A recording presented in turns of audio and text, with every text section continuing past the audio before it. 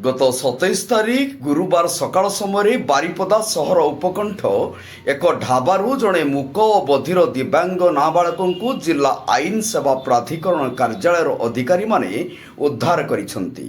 अधिकारी मानंठारु मिलिथिबा सूचना अनुसार बुधवार रात्रि रे कई जने अजणा व्यक्ति किंबा परिवार सदस्य दिव्यांग जनकु ढाबारे एकुटिया छाड़ी चली जाइछंती बोली ढाबा कर्मचारी माने प्राधिकरण कार्यालय अधिकारी मानंकु गुरुवार सकाळ समय खबर देइथिले।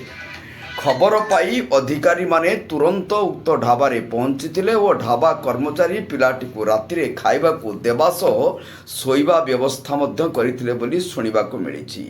तेबे नाबालकଙ୍କ परिचय विषय पचारिबारु ढाबा कर्मचारी निरुत्तर थिले।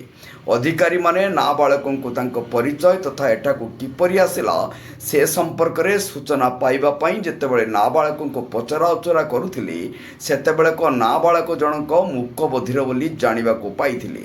तबे बहु कष्टरे नाबालक जनक निज नाम सोनिया सिंह बोली जानिबाकु पाइथिले। तबे कोनोसी परिचय पत्र नथिबारु सोनियाଙ୍କୁ प्राधिकरण अधिकारी माने सीडब्ल्यूसी कार्यालय कर्तृपक्ष तत्वावधान में सुरक्षित रहिबार बंदोबस्त करिथिबा सूचना मिली।